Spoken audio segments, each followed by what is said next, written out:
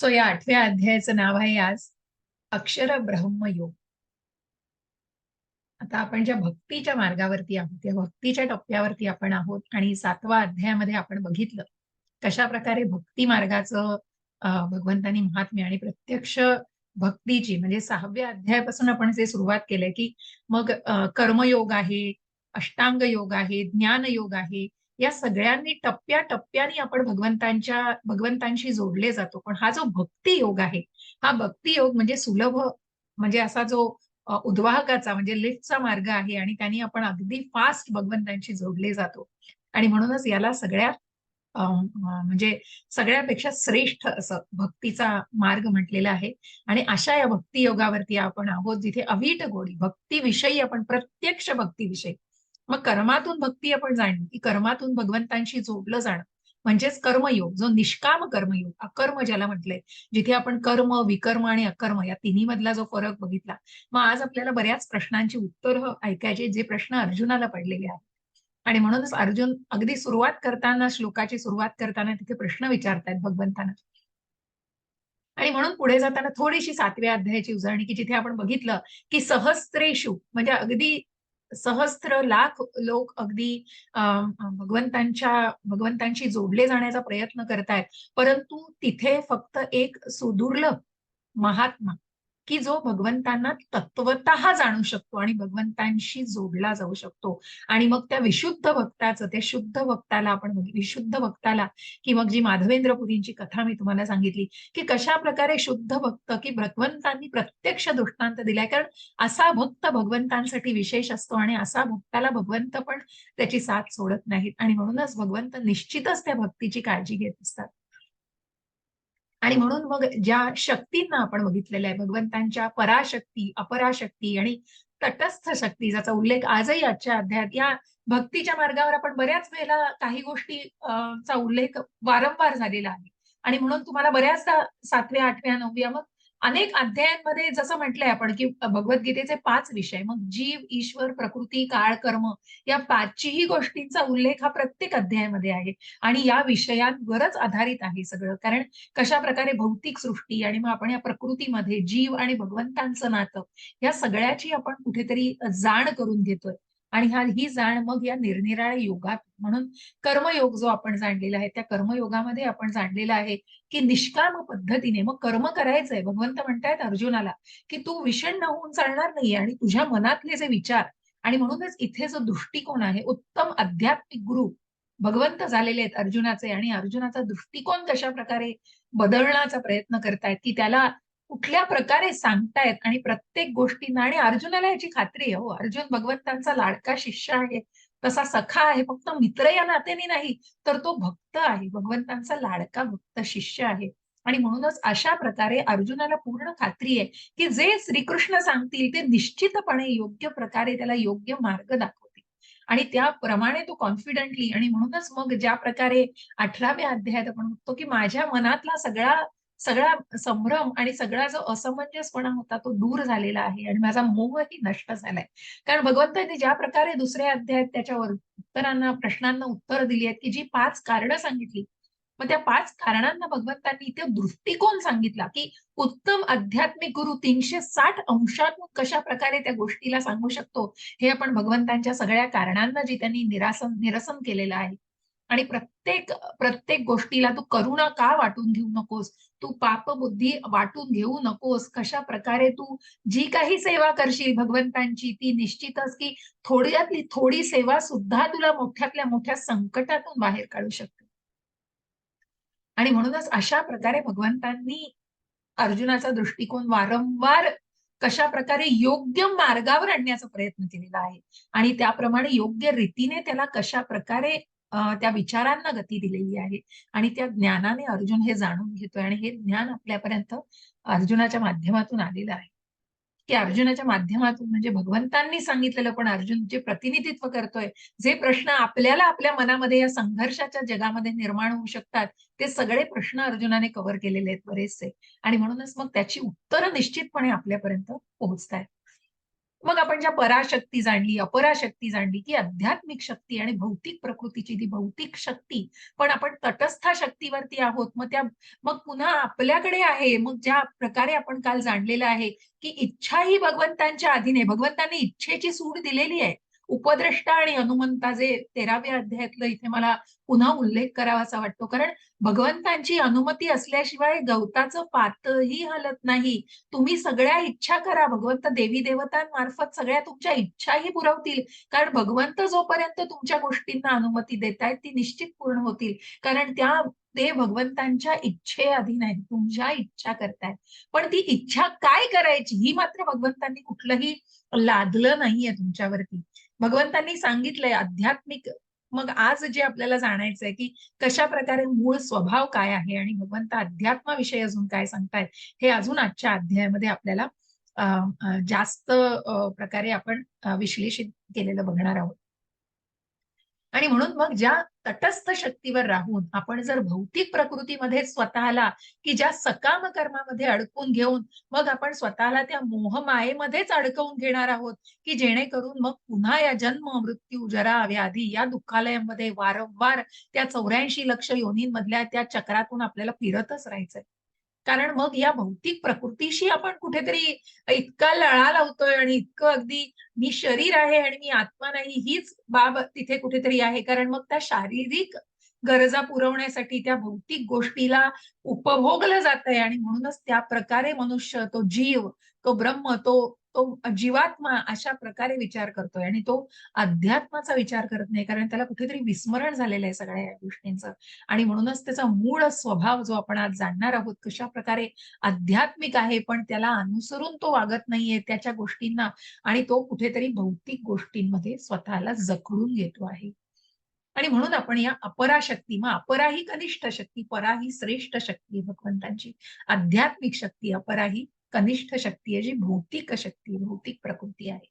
आणि मग त्यानंतर आपण जाणलेलं आहे भक्तीच्या मार्गावरतीच मग ज्या 4 प्रकारचे लोक भगवंतांना अजिबात शरण येत नाहीत, दुष्कृतीनं आणि सुकृतीनं आणि दुष्कृतीनं, की कशा प्रकारे हे जे दुष्ट प्रवृत्तीचे आसुरी, नराधम, मूर्ख लोक आहेत, ज्यांना मूर्ख म्हटलंय भगवंतांनी, की त्यांना ते अबुद्ध म्हणजे कुठल्याही प्रकारचं ते कारण त्या भावनेमध्ये नाहीयेत, त्या भौतिकतेमध्ये आहेत आणि म्हणूनच त्या अज्ञानापोटी या सगळ्या गोष्टी त्यांच्या आयडिओलॉजीनी त्यांच्या कुठल्या तरी त्या काल्पनिक आणि त्या विचारांच्या लाईन्सवर त्या त्या गोष्टींना ते आधारून आधारून कुठेतरी त्याचा विचार करतायत आणि म्हणूनच ते अबुद्ध हा भगवंतांनी म्हटलंय. कारण कुठेतरी अज्ञान आहे, त्याविषयीचं अज्ञान आहे आणि म्हणूनच मग जी भावना निर्माण करायची आहे, ज्या कृष्ण भावनेला जोपासायचं आहे, तो भक्त मात्र मग या भक्ताच्याच मनामध्ये ती कृष्ण भावना जोपासलेली असते आणि मग त्या भक्ताबद्दल आपण जाणलेलं आहे. मग ज्या 4 प्रकारच्या व्यक्ती भगवंतांना शरण येऊ शकतात, की आर्त, अर्थार्थी, ज्ञानी, जिज्ञासू. जरी या सगळ्या कारणांनी मग कुठेतरी आर्त, अर्थार्थी आणि जिज्ञासू यांना कशाची तरी अपेक्षा आहे, कशाच्या तरी इच्छा पूर्ण करून घ्यायच्या आहेत. या मार्गाने ते भगवंतांशी जोडले जातायत. परंतु ते कुठेतरी भगवंतांशी कायमचे जोडले जाण्याचा निश्चित प्रयत्न करतात, जेव्हा ते त्याच मार्गावरती राहतात. ज्या ध्रुव महाराजांची आपण कथा ऐकली, त्यानंतर द्रौपदीचं उदाहरण आपण आर्त म्हणून घेतलं, अर्थार्थी म्हणून ध्रुव महाराज सॉरी आणि मग ज्ञानी म्हणून आपण शुकदेव महाराज आणि जिज्ञासू म्हणून परीक्षित महाराज अशा प्रकारे श्रवणम, कीर्तनम ज्या शुकदेव मुनींनी परीक्षिताला भागवताविषयी सांगितले त्याचप्रमाणे ज्या नैमिषारण्यामध्ये जे 88,000 ऋषी होते त्यांच्या मनामध्ये सुद्धा त्यांना जिज्ञासू म्हटलेलं आहे. कारण त्यांच्या मनामधले जे प्रश्न होते त्यांची उत्तर मैत्रेय ऋषींनी मैत्र्याने दिलेली आहे. आणि कशा प्रकारे मग ज्या प्रकारे त्यांच्या प्रश्नांना उत्तर देऊन त्यांना ते ज्ञान पुढे दिलेलं आहे.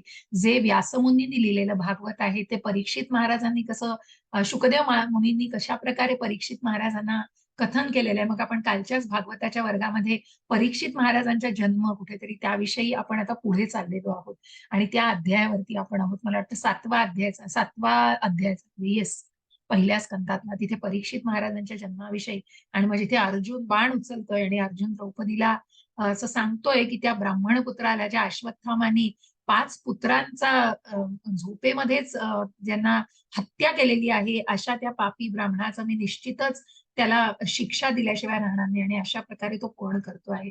आणि मग तरीही मग भगवंतांना तो जेव्हा ते ब्रह्मास्त्र सोडलं जातं अश्वत्थाम्याकडून तेव्हा त्याच्या जीवाला कुठेतरी जीवाला कुठेतरी भीती उत्पन्न होते. मग भगवंतांशीच तो जोडला जातो आणि पुन्हा भगवंतांनाच त्याविषयी विचारतो आहे. अशा प्रकारे मग आपण ते पुढे अजून जाणणार आहोत पुढच्या अध्ययन वर्गामध्ये. तर असं हे सांगण्याचा उद्देश हा की परीक्षित महाराजांचा जन्म तिथे आपण काल सुरुवात केलेली आहे ऐकायला ते. आणि म्हणूनच मग कशा प्रकारे अर्जुनाला पडलेल्या प्रश्नांची उत्तरं मग ज्या शेवटी शेवटी जसं आपण कालच्या याच्यामध्ये बघितलं की 4 प्रकारच्या व्यक्ती ज्या भगवंतांना शरण येतात आणि मग ज्या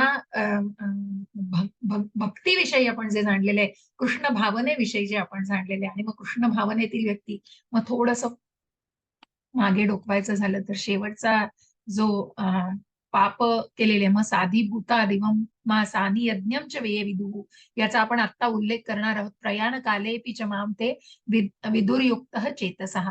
कारण ह्याचाच उल्लेख येणारे काय आहे आधिभूत काय आहे आधी यज्ञ या 2 श्लोकात 29 आणि 30 या 2 श्लोकांनाच पुन्हा आपण जाणणार आहोत. जरामरण मोक्षाय मामाश्रित्य यतन्ति ते ब्रह्म तद्विदुः कृत्स्नम अध्यात्मम कर्म चाखिलम.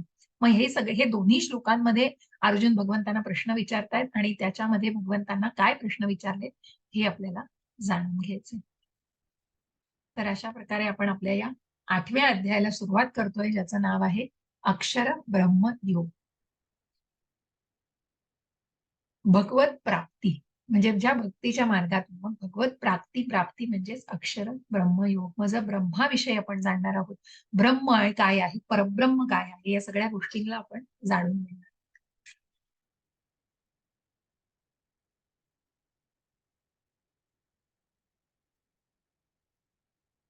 आणि म्हणून 29 आणि 30व्या श्लोकामध्ये ज्याचा उल्लेख आलेला आहे तोच इथे आपल्याला अर्जुन विचारताना दिसतंय. अर्जुन म्हणतायत भगवंतांना अर्जुन उवाच किम तद्ब्रह्म किम अध्यात्मम किम कर्म पुरुषोत्तम अधिभूतम च किम प्रोक्तम अधिदैवम किमुच्यते. वाचला रीना माताजी. हरे कृष्ण. हरे कृष्ण माताजी. वाचते. अर्जुनाने विचारले, हे पुरुषोत्तम, हे भगवान, ब्रह्म म्हणजे काय, आत्मा म्हणजे काय, सकाम कर्म म्हणजे काय, ही भौतिक सृष्टी म्हणजे काय आणि देवता कोण आहेत हे कृपया मला सांगा. हरे कृष्ण माताजी. हरे कृष्ण. आणि म्हणून मग अर्जुनाला या सगळ्या ज्या श्लोकांमध्ये याचा उल्लेख झालेला आहे 7व्या श्लोकामध्ये आपण शेवटी ज्या गोष्टीचा उल्लेख केलेला आहे आणि आपण ज्या 8व्या अध्यायामध्येच ज्याच्यात प्रवेश करतोय की मरणाच्या वेळी मृत्यू समयी भगवंतांचं स्मरण होण्यासाठी काय आवश्यक आहे आणि म्हणूनच कशा प्रकारे या भक्तीचा मार्ग मग भगवंत या भक्ताची काळजी घेतातच. मग त्या कुलशेखराचं खूप सुंदर असं जो श्लोक आपण आता ऐकणार आहोत त्या श्लोकाचं पण मला वाटतं 3ऱ्या श्लोकामध्ये त्याचा उल्लेख आलेला आहे आणि तिथे आपण निश्चित ते जाणून घेणार आहोत. आणि म्हणून इथे भगवंतांना अर्जुन प्रश्न विचारतायत त्या श्लोकांच्या अनुषंगाने की भगवान ब्रह्म म्हणजे काय आहे, आत्मा म्हणजे काय आहे, सकाम कर्म म्हणजे काय आहे, ही भौतिक सृष्टी म्हणजे काय आहे आणि देवता कोण आहे. आता या सगळे प्रश्न अर्जुनाला माहिती नव्हतं असं नव्हतं ज्ञान याचं, पण हे कुठेतरी सखोलपणे की काय आहे त्याच्या मनामध्ये कुठेतरी कन्फ्युजन होतं बऱ्याच गोष्टींचं आणि म्हणून ते रिझॉल्व्ह करून घेण्याचा हा सॉरी.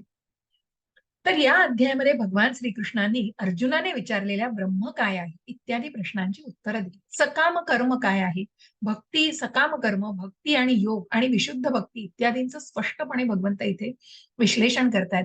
अर्जुनाने भगवंतांना पुरुषोत्तम म्हणून संबोधले आहे.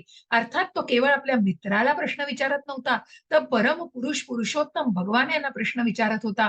कारण त्याला माहित होतं की श्रीकृष्ण हे सर्व प्रश्नांचं निश्चित उत्तर देणारे सर्वोच्च अधिकृत व्यक्ती आहेत.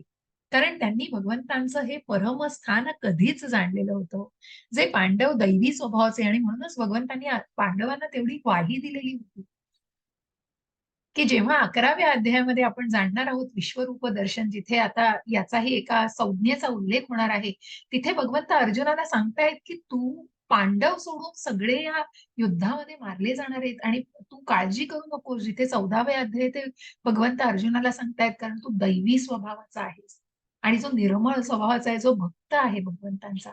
आणि म्हणूनच भगवंत सांगतायत या इथे अर्जुनाने भगवंतांना पुरुषोत्तम म्हणून, कारण त्या परमसत्याला, त्या परमतत्वाला त्याने कधीच जाणलं होतं. त्याच्या मनामध्ये कुठलाच संशय नव्हता. परंतु जसं आपण म्हणतोय की सामान्य माणसाने उद्या स्वतःच्या तर्कवादाने, स्वतःच्या काल्पनिकतेने जे काही विचार आजही आपण बघतोय ते विचार मांडले जातात. म्हणून या सगळ्याला कुठेतरी रोख बसण्यासाठी या प्रश्नांची उत्तरं अर्जुन भगवंतांकडून जाणून घेऊ इच्छितो. आणि म्हणून भगवंतांना अर्जुनाने पुरुषोत्तम की सर्वोच्च नियंत्रक जे आहेत त्या सर्वोच्च अधिकृत व्यक्ती म्हणून त्यांना उल्लेखलेलं आहे. अधियज्ञ कथम कोत्र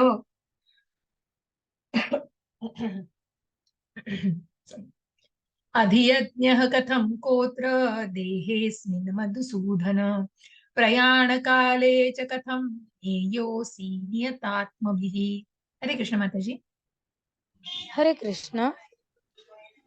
हे मधुसूदन, यज्ञांचा अधिपती कोण आहे आणि या देहामध्ये तो कसा निवास करतो आणि भक्तीमध्ये युक्त झालेले मृत्यू समयी तुम्हाला कसे जाणू शकतात? हरे कृष्ण. हरे कृष्ण. आणि म्हणून हे सगळे प्रश्न भगवंतांना अर्जुनाला जे पडलेले आहेत ते आता पुढच्या 3ऱ्या श्लोकापासून भगवंत त्याचं उत्तर देणार आहेत. आणि म्हणून इथे सगळे ब्रह्म म्हणजे काय, अधिभूत म्हणजे काय, या सगळ्याची विचारणा अर्जुनाने भगवंतांना केलेली आहे. आणि म्हणून श्री विष्णू, इथे म्हटलं जातं यज्ञाधिपती असं इंद्राला किंवा विष्णूलाही संबोधलं जाऊ शकतं. श्री विष्णू हे ब्रह्मा आणि शिवासहित सर्व आदिदेवतांचे प्रमुख आहेत. इंद्र आणि श्री विष्णू दोघांची यज्ञाद्वारे उपासना केली जाते. पण या ठिकाणी अर्जुन इच्छा करीत आहे वास्तविकपणे यज्ञाधिपती कोण आहे, हा अधियज्ञ म्हणजेच हा यज्ञांचा अधिष्ठाता कोण आहे आणि तो कशा प्रकारे कुठे निवास करतो आहे. आणि इथे भगवंतांनी मधुसूदन म्हटलेलं आहे. आणि म्हणून या मधु नावाच्या असुराला भगवंतांनी जेव्हा त्याची हत्या केली आणि त्याचा वध केला आहे, म्हणून त्या मधुसूदन. आणि इथे भगवंत अर्जुनाच्या मनातले जे विचार आहेत, जे असमंजस विचार आहेत, त्याचा सुद्धा इथे आसुरी म्हणून त्या आसुरी विचारांचा नाश होण्यासाठी भगवंतांना अर्जुनाने मधुसूदन म्हटलेलं आहे की हे मधुसूदना, तू अशा विचारांनी या असुर रूपी म्हणजे या विचार रूपी असुरांचा सुद्धा नाश व्हायला पाहिजे, अशा प्रकारे अर्जुन भगवंतांकडून जाणून घेत आहे. आणि म्हणून जेणेकरून अर्जुनाच्या मनातील संशय रूपी असुरांचा श्रीकृष्ण संहार करतील. आता या श्लोकातील प्रयाणकाले हा शब्द अत्यंत महत्वपूर्ण आहे. कारण आयुष्यभर आपण जे काही करतो त्याची अंतकाळी परीक्षा असते. आणि इथेच त्या कुलशेखराच्या श्लोकाचा खूप सुंदरपणे उल्लेख आहे बघा, खूप सुंदर वर्णन केलंय, ते जाणण्याचा प्रयत्न करा. कृष्ण भावनेमध्ये अविरतपणे युक्त असणाऱ्या व्यक्तीबद्दल जाणण्यास अर्जुन अत्यंत उत्सुक आहे. मृत्यूच्या क्षणी त्याची काय स्थिती असते, मृत्यू समयी सर्व शारीरिक कार्ये विस्कळीत होतात बघा, कारण शरीर जीर्ण होतं. देहेस्मिन्यथा कशा प्रकारे ते कौमारम यौवरम जरा म्हणजे कशा प्रकारे देहातून ते देह जो आहे तो नश्वर आहे आणि त्या देहामध्ये तो आत्मा अविरत प्रवास करतोय. पण तो देह काय, तो देह तसाच पण पुढे जातोय, म्हणजे तो बदलतोय. कारण जो 2 महिन्याचा देह असेल तो तुम्ही 6 वर्षाच्या मुलाचा नाही बघू शकत किंवा परत तुम्ही त्या देहामध्ये नाही जाऊ शकत. आणि म्हणून तो नश्वर आहे आणि तो बदलतोय, ते ते ते कुठेतरी चेंजेबल आहे. पण आत्मा काय आहे, आत्मा अविनाशी आहे. आणि म्हणूनच मग या देहाला कुठेतरी सगळ्या यातना होत आहे, या देहाला कुठेतरी क्लेश होतात. आणि म्हणून मृत्यू समयी काय होतंय की अशा प्रकारे शारीरिक कार्य जी काही फंक्शनिंग असतात नॉर्मल, आपण जी अॅनाटॉमी शिकतो, फिजिओलॉजी शिकतो ज्या ह्युमन बॉडीची, त्याच्यामध्ये आपण सगळ्या शरीराचे सगळे भाग शिकतो. मग शरीराच्या सगळ्या प्रक्रिया, मग कशा प्रकारे नर्वस सिस्टीम आहे, डायजेस्टिव्ह सिस्टीम आहे, एक्सक्रिटरी सिस्टीम आहे, त्याच्यानंतर रिप्रोडक्टिव्ह सिस्टीम आहे, रेस्पिरेटरी सिस्टीम, अशा या सगळ्या म्हणजे ज्यामध्ये फुफ्फुस कार्यरत आहेत, ज्याच्यामध्ये आपली सगळी आतडी कार्यरत आहेत, अशी जी पचन संस्था आहे, अशा या निरनिराळ्या संस्था आणि या सगळ्याशी निगडीत ज्या काही प्रक्रिया चालू असतात त्या सगळ्या कुठेतरी विस्कळीत होतात. जसं जसं वय वाढतंय तशा तशा हे अवयव जीर्ण होत जातात आणि म्हणून देहिनो स्विन्यथा देहे, की हा देह एक देह टाकून दुसरा देह, हा आत्मा दुसरा देह धारण करतो, कारण तो जीर्ण होतो देह आणि म्हणून त्याचा त्याग केला जातो. आणि म्हणून त्या मृत्यू समयी त्या शारीरिक प्रक्रियांची अवस्था ही विस्कळीत होतीये, मन अस्वस्थ होते. याप्रमाणे शारीरिक स्थिती व्याकुळ झाल्यामुळे भगवंतांचं स्मरण होऊ शकत नाही. कारण हू नोज आपण त्यावेळेला कुठल्या परिस्थितीमध्ये आहोत आणि भगवंतांचं स्मरण केलंच जाईल. कारण ती परिस्थिती असेल का हो, आपण आता बघतो आयसीयू मध्ये आहेत, आता कोविडमध्ये तर किती भयंकर भयंकर ऐकायला यायचं. आणि मग अशा परिस्थितीमध्ये एखादी व्यक्ती जर इतकं क्रिटिकल असेल, इतक्या त्या अंथरुणावर खेळलेला असेल, तर मग कशा प्रकारे शारीरिक प्रक्रिया असतील आणि ते शक्य तरी होईल का? पण मग ते कशा प्रकारे शक्य आहे बघा. महान भक्त कुलशेखर महाराज भगवंतांना प्रार्थना करताना म्हणतायत की हे भगवान, आता मी निरोगी आहे आणि मला या निरोगी अवस्थेतच त्वरित मृत्यू यावा, म्हणजे माझ्या मनाचा राजहंस तुमच्या चरण कमलामध्ये प्रवेश करू शकेल. कारण मी जोपर्यंत निरोगी आहे, माझी जी अवयव नीट चालतायत बोलतायत, तोवर मी त्या मनस्थितीमध्ये आहे की तुमचं नामस्मरण करतानाच मला मृत्यू यावा. या ठिकाणी हे रूपक योजिलेले आहे, कारण राजहंसाला कमल पुष्पांच्या ताटव्यात प्रवेश करण्यात आनंद वाटतो आणि कमळाच्या ताटव्यात प्रवेश करण्याची क्रीडा करण्याकडे त्याला स्वाभाविक ओढ असते. महाराज कुलशेखर भगवंतांना म्हणतायत की आता माझं मन अविचल आहे आणि मी निरोगी आहे. मला जर तुमच्या चरण कमलांचं चिंतन करताना त्वरित मृत्यू आला तर निश्चितच माझ्या भक्तीला पूर्णत्व प्राप्त होईल. परंतु जर मी नैसर्गिक मृत्यूची वाट पाहिली तर माझं काय होईल मला कळत नाही. कारण मरणाच्या वेळी सर्व शारीरिक क्रिया विस्कळीत होतात. हे विस्कळीत होतील, कंठ रुद्ध होतील आणि मी तुमचा नामजप करू शकणार नाही. म्हणून मी त्वरित मेलेलेच उत्तम आहे. मृत्यू समयी श्रीकृष्णांच्या चरणकमलांवर मनुष्य आपले मन कसे स्थिर करू शकतो याबद्दल अर्जुन भगवंतांना प्रश्न विचारत आहे. आणि म्हणून कुलशेखर राजा सांगतोय की मला तू निरोगी असतानाच मृत्यू दे, जेणेकरून मी भगवंतांचं नामस्मरण करतानाच मला मृत्यू यावा. कारण त्यावेळेला मला कळेल तरी मी काय करू शकतो, पण मी जर वृद्ध होऊन मी अशा अवस्थेत आलो की मला समजणार पण नाही मला काय होते, अशा वेळेला मी भगवंतांचं नामस्मरण करू शकेल काय? आणि म्हणूनच अशा प्रकारे मृत्यू समयी भगवंतांच्या चरणकमलांवर मनुष्य आपले मन कसे स्थिर करू शकतो, मग त्या प्रकारे कशा कशा या गोष्टीला आपण जाणून घ्यायचंय आणि कशा प्रकारे तो आपलं मन त्या भगवंतांवर स्थिर करू शकतो, हे हे प्रश्न अर्जुनाने विचारले. मग आता भगवंत सगळ्याची उत्तरं देत आहेत. श्री भगवान वाच अक्षरम ब्रह्म परमं स्वभावोऽध्यात्म उच्यते भूतभावोद्भर भूतभावोद्भव करो विसर्गः कर्म संज्ञितः. हरे कृष्ण माताजी. हरे कृष्ण. श्री भगवान म्हणाले, अविनाशी दिव्य जीवाला ब्रह्म म्हटले जाते आणि त्याच्या नित्य स्वभावाला अध्यात्म असे म्हणतात. जीवांच्या प्राकृत देहाच्या उत्पत्तीस कारणीभूत असणाऱ्या कार्यांना कर्म किंवा सकाम कर्म असे म्हणतात. हरे कृष्ण माताजी. हरे कृष्ण. मग भगवंत आता उत्तर देत आहेत की कशाला काय म्हटलं जातं. आणि म्हणूनच अविनाशी दिव्य जीवाला ब्रह्म म्हटले जाते. मला एकच मिनिट द्या हा, जर असं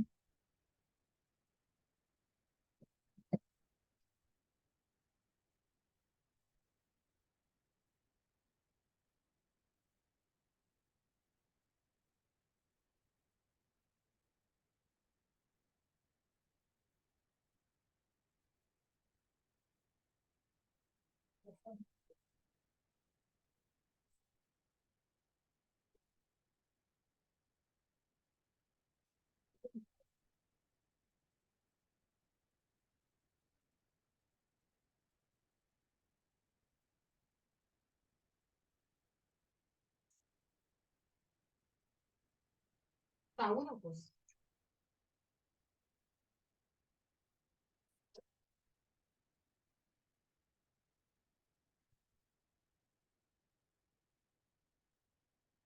असं. आणि म्हणून भगवंत या प्रश्नांची आता उत्तरं देत आहेत. अविनाशी दिव्य जीवाला ब्रह्म म्हटले जाते आणि त्याच्या नित्य स्वभावाला अध्यात्म म्हणतात. बघा, या जीवाला या जीवाला म्हणजे या जीवात्म्याला ब्रह्म म्हटलेलं आहे आणि त्याचा मूळ स्वभाव हा अध्यात्म आहे. जीवांच्या प्राकृत देहाच्या उत्पत्तीस कारणीभूत असणाऱ्या कार्यांना कर्म किंवा सकाम कर्म असे म्हणतात. जीवांच्या प्राकृत देहाच्या उत्पत्तीस म्हणजे काय, तर ज्या 84 लक्ष योनीतून हा जीव फिरतो आहे आणि तो प्राकृत म्हणजे तो काय, तर तो भौतिक प्रकृतीशी कुठेतरी निगडीत आहे, तो देहाशी निगडीत. आणि म्हणून तो जेव्हा त्या भौतिक प्रकृतीमध्ये गुंतलेला आहे तेव्हा त्या इच्छा आकांक्षांमुळे तो स्वतःच त्या उत्पत्तीस कारणीभूत आहे. कारण तो 84 लक्ष योनीतून निरनिराळ्या योनींमधून जन्म घेत असतो आणि ते कशा प्रकारे, तर ते करताना ज्या काही इच्छा आकांक्षा आणि त्या सगळ्या गोष्टींची पूर्तता करण्याचं जे कार्य तो करत असतो त्याला कर्म म्हटलेलं आहे आणि तेच सकाम कर्म म्हटलेलं आहे. कारण ते सकाम कर्म तो कुठल्या तरी डिमांड्सनी करतो आहे, हे लक्षात घ्यायचं आहे.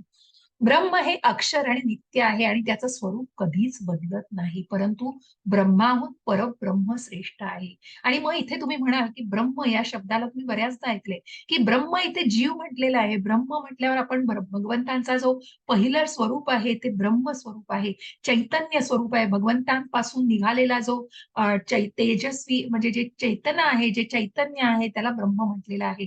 ब्राह्मण याला सुद्धा ब्रह्म म्हटलं जातं आणि म्हणूनच इथे भगवंत खुलासा करतायत की या जीवाला ब्रह्म म्हटले जाते, जीवाला ब्रह्म म्हणून संबोधले जाते. तर भगवंतांना परब्रह्म म्हणून हा आत्मा आणि परमात्मा या परब्रह्माचा हा ब्रह्म अंश आहे आणि म्हणून परब्रह्म म्हणून भगवंतांना संबोधले जाते. प्राकृत जगतातील जीवाची अवस्था ही मूळ स्वरूपावस्थेहून भिन्न असते. भौतिक भावनेत प्रकृतीवर प्रभुत्व गाजवण्याचा प्रयत्न करणे हा त्याचा स्वभाव असतो. मग ते डॉमिनेशन, कारण मला हे हवंय, मला ते हवंय म्हणून त्या भौतिक प्रकृतीमध्ये तो सगळा त्या अहंकारावर, तो खोटा अहंकार जागृत असतो. पण तेच आध्यात्मिक किंवा तथापि आध्यात्मिक किंवा कृष्ण भावनेत भगवंतांची सेवा करणे हा त्याचा स्वभाव असतो, कारण तो आध्यात्मिक असतो आणि हाच त्याचा नित्य, हा त्याचा मूळ स्वभाव आहे. जीव जेव्हा प्राकृत अवस्थेत असतो तेव्हा भौतिक जगतात त्याला विविध शरीरे धारण करावी लागतात. यालाच कर्म किंवा भौतिक चेतनेच्या प्रभावामुळे झालेला बहुविध सृष्टीचा व्यापार म्हटले. किती किती सुंदर उपमा दिलेली आहे बघा प्रभुपादांनी, खूप सुंदर तात्पर्य की हा व्यापार म्हणजे कुठेतरी ती देवाणघेवाण आणि कुठेतरी मला हा जन्म मिळावा त्या अपेक्षेने केलेल्या त्या सगळ्या इच्छा आकांक्षा आणि म्हणून त्या बहुविध सृष्टीचा व्यापार असं म्हटलेलं इथे. कारण त्या भौतिक चेतनेच्या प्रभावामुळे त्या सृष्टीमध्ये, त्या भौतिक सृष्टीमध्ये ज्या काही माया आहे, ती मोह माया आहे, ते सगळं जे काही प्रलोभन आहेत त्या प्रलोभनांमुळे कुठेतरी आकर्षित होणारा हा जीवात्मा आहे आणि म्हणून तो कुठेतरी या सगळ्या योनींमध्ये अडकलेला आहे. मग आपण थोडस पुढे जाऊन मग ह्याच सगळ्याचा उल्लेख इथे केलेला आहे पुढे जाऊन. मग आपण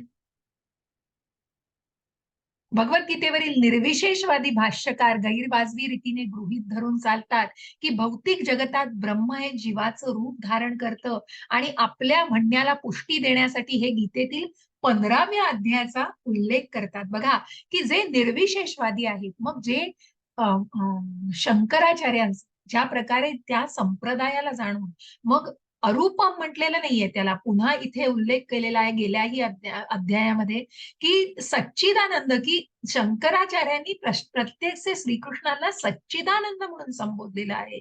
पण हे जे काही तथाकथित अज्ञानाने ग्रासलेली लोक असतात ती स्वतःच्या ज्ञानाच्या अभावामुळे कशा प्रकारे त्या कुठल्या गोष्टीचं काय स्वरूप धारण करू शकतात आणि म्हणून ते कशाची पुष्टी देतात, तर 15व्या अध्यायामध्ये जीव हा माझा, ममैवांशो जीव लोके जीवभूत सनातन, हे 15व्या अध्यायात म्हटलंय. पण जीव हा माझा नित्य अंश आहे. भगवंतांचा अंश असणाऱ्या जीवात्म्याचं भौतिक जगतात पतन होऊ शकतं म्हणून तिथे अच्युत आणि च्युत, हा च्युत जो आहे, हा च्युत म्हणजे भौतिक जगातातला फॉलन, म्हणजे तो कधीही घसरू शकतो, परंतु अच्युत जे भगवंतांचं स्वरूप आहे ते मात्र कधीही पतन होत नाही. आणि इथे मग जेव्हा त्या पुरुषोत्तम अध्याय योगामध्ये आपण जाऊ तेव्हा याचा अजून सखोल विश्लेषण जाणू, की मग हा जो जीव आहे तो कुठेतरी त्या इंद्रियांच्या उपभोगामध्ये आणि म्हणून तो कुठेतरी जगडतोय.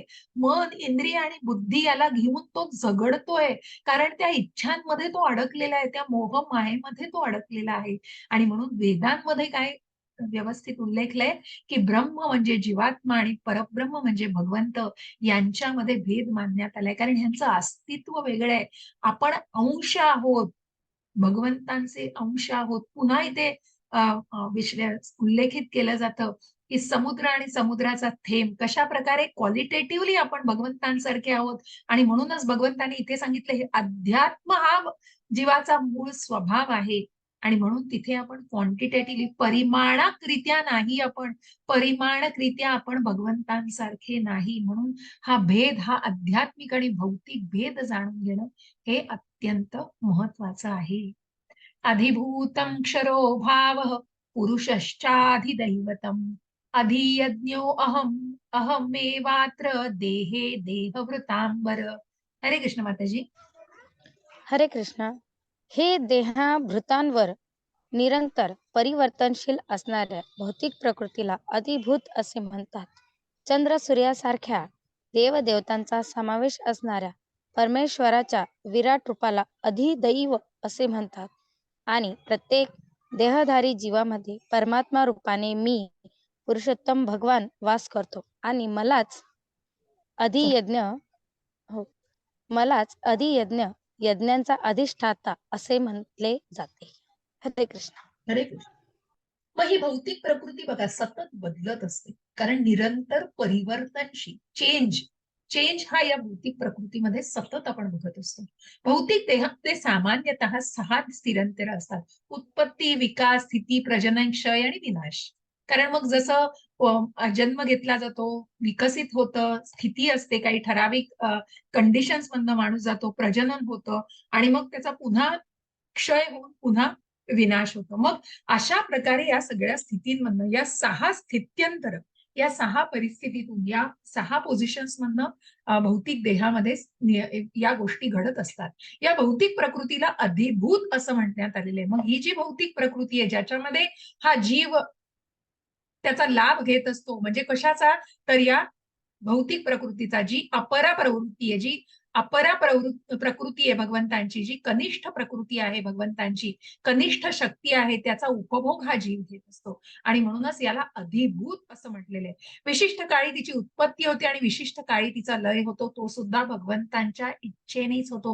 हे पुढे जाऊनही आपल्याला बघायचं आहे. आणि म्हणून हा लय, मग ब्रह्मांचं जेव्हा आपण बघू, की ब्रह्मांचं जीवन आणि ब्रह्मांपासून ही सृष्टीची निर्मिती आणि क्षय होतोय, ब्रह्माच्या एका दिवसामध्ये कशा प्रकारे सृष्टीची निर्मिती आणि रात्रीमध्ये प्रलय होऊ शकतो, हे सगळं भगवंतांच्या इच्छेनुसार आहे. देवदेवता आणि त्यांच्या ग्रहलोकांचा समावेश असणाऱ्या भगवंतांच्या विराट रूपाच्या संकल्पनेलाच अधिदैवत असं म्हटलेलं आहे. बघा, अधिभूत म्हणजे प्रकृती, भौतिक प्रकृती. अधिदैव म्हणजे जे आपण विराट रूप, म्हणजे 11व्या अध्यायामध्ये जेव्हा अर्जुन भगवंतांना विनंती करतायत, की मला तुझं हे अद्भुत रूप बघायचंय आणि मी हे बघू शकतो का, तेव्हा भगवंत हे अद्भुत असं रूप अर्जुनाला दाखवत आहे, ज्याच्यात संपूर्ण चराचर, संपूर्ण देवी देवता, सूर्य, चंद्र या सगळ्यांचा समावेश असतो. आणि त्याच रूपाला काय म्हटलेलं आहे, अधिदैव म्हटलेलं आहे. भगवान श्रीकृष्णांचे अंशिक विस्तारित रूप असणारा परमात्मा हा प्रत्येक देहामध्ये जीवात्म्याबरोबरच उपस्थित असतो. पंडित हा समदर्शिना हा जेव्हा आपण म्हणतो, की प्रत्येक जीवामध्ये परमात्म्याला जो बघतो तो भगवत भक्तीमध्ये असतो, तो कृष्ण भावनेमध्ये असतो, कारण तो प्रत्येक जीवामध्ये त्या परमात्म्याला बघत असतो. परमात्म्याचा वास हा प्रत्येकाच्या हृदयामध्ये, प्रत्येक जीवाच्या हृदयामध्ये भगवंत स्थित असतात. या श्लोकाच्या संदर्भात एव हा शब्द विशेष करून महत्वपूर्ण आहे, कारण या शब्दाद्वारे भगवंत निक्षून सांगतात, की परमात्मा हा त्यांच्यापासून भिन्न नाही. परमात्मा पुरुषोत्तम पुरुषोत्तम भगवान जीवात्म्याच्या शेजारी स्थित असतो आणि तो जीवाच्या प्रत्येक क्रियांचा साक्षी असतो. मग कठोपनिषदामध्ये खूप सुंदर ही अशी आकृती आहे की ज्याच्यामध्ये तुम्हाला एक दोन पक्षी दिसतात आणि एक पक्षी परमात्मा, जी क्षेत्रज्ञ विभाग योग आपण 13व्या अध्यायात जाणू. तेव्हा हे जे क्षेत्रज्ञ आहेत, हा आत्मा परमात्मा हे दोन क्षेत्रज्ञ आहे. मग हा परमात्मा सगळं बघतोय, सगळ्या क्रियांचा साक्षी असतो आणि त्यांच्या विविध भावनांचे उगम स्थान असतो. परमात्मा हा जीवाला स्वतंत्रपणे कर्म करण्याची संधी देतो. मग पुन्हा कालच्या अध्यायातला तो उल्लेख की इच्छाची सूट भगवंतांनी दिलेली आहे आणि त्याच्या सर्व क्रियांचा तो साक्षी असतो. भगवंतांच्या या विविध अभिव्यक्तींचे कार्य हे भगवंतांच्या दिव्य प्रेममयी सेवेमध्ये युक्त असणाऱ्या विशुद्ध भक्ताला आपोआपच स्पष्टपणे समजते. भगवंतांच्या महाकाय विराट रूपाचे अधिदैवताचे ध्यान नवसाधकाद्वारे केले जाते, कारण भगवंतांच्या परमात्मा रूपाचे ध्यान करण्याइतपत नवसाधक उन्नत झालेले नसतात. म्हणून त्या ब्रह्म, परमात्मा आणि भगवान जेव्हा आपण या 3 टप्प्यांना जाणतो, तेव्हा या ब्रह्म आणि म्हणूनच या ब्रह्मरूपाशी कुठेतरी, आणि म्हणून जो ब्रह्म हे काय आहे, तर विराट रूप जे भगवंतांचं आहे ते ब्रह्मरूपाशी निगडीत आहे. आणि म्हणून जो नवसाधक असतो तो या ब्रह्मरूपाशी कुठेतरी निगडीत असतो, तो या ब्रह्मरूपाला मानत असतो. आणि मग भगवंतांच्या दिव्य प्रेममयी सेवेमध्ये युक्त असणाऱ्या विशुद्ध भक्ताला हे आपण म्हटलं की भक्त हे जाणू शकतो. आणि अशा प्रकारे नवसाधकांना भगवंतांच्या विराट रूपाचे, विराट पुरुषाचे ध्यान करण्याचा सल्ला दिला जातो. या विराट पुरुषाचे चरण म्हणजे पाताळ लोक आहेत, त्याचे नेत्र म्हणजे सूर्य चंद्र आहेत आणि त्याचे शीर्ष म्हणजे उच्चतर लोक आहेत. अशा प्रकारे भगवंतांच्या त्या विराट रूपाचं की जे काही खालच्या भागामध्ये आहे ते सगळे खालचे स्तर आहेत आणि जे सुतल, पाताल, ततल हे सगळे जे खालच्या पृथ्वीच्या खालचे जे ग्रहलोक आहेत आणि पृथ्वीच्या वरती जे स्वर्गलोक, महरलोक, तपरलोक, जनलोक हे सगळे जे स्वर्गलोक पर्यंत जे आहे ते उच्चतर लोक आहेत. अशा प्रकारे त्या अद्भुत अशा रूपाचं वर्णन केलेलं आहे.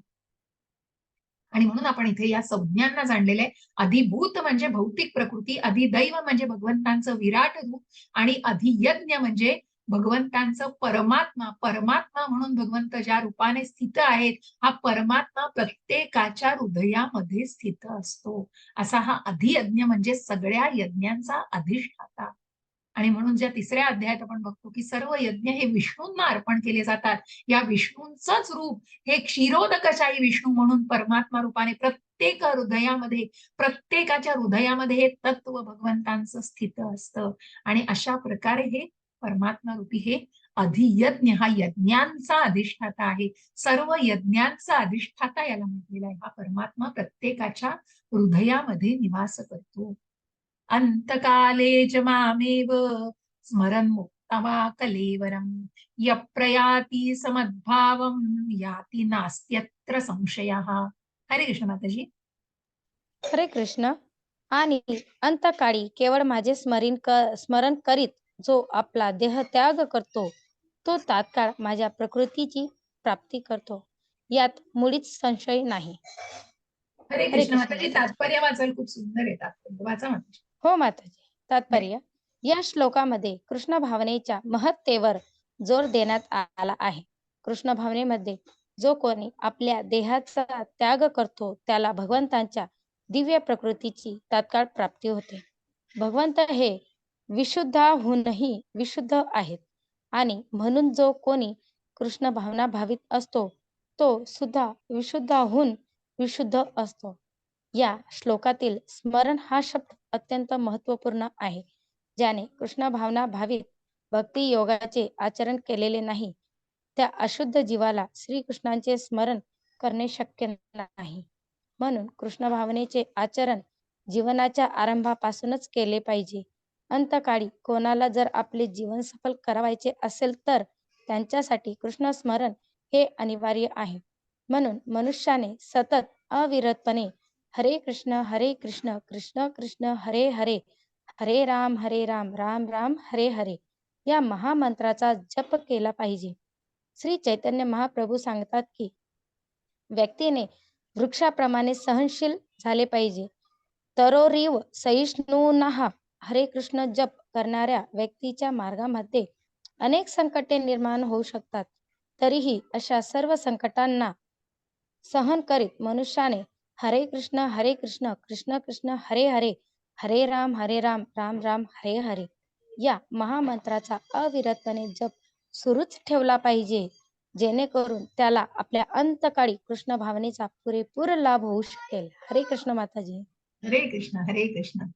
बघा किती सुंदर तात्पर्य दिलंय, जिथे आपण पुन्हा पुन्हा त्या नाममंत्राचा, त्या महामंत्राचा नामजप करतो, की कशा प्रकारे अगदी सुरुवातीलाच, आणि म्हणूनच मृत्यू समयी अंतकालेच मामेव, म्हणून या अंतकाळी जर भगवंतांचं स्मरण करायची जर इच्छा असेल, तर मनुष्याने सुरुवातीपासूनच, ते जीवनाच्या आरंभीपासूनच ते आचरणात आणलं पाहिजे. आणि म्हणूनच त्या कृष्ण भावनेचं आचरण हे सुरुवातीपासूनच पाहिजे. आणि अशा प्रकारे अविरत, मग बऱ्याच अडचणींना, कारण शेवटी कर्म आहे हो, कर्माची सगळी गुंतागुंत आहे. कर्माने मनुष्य जे काही भोगतोय तो आपल्या कर्माने भोगतोय.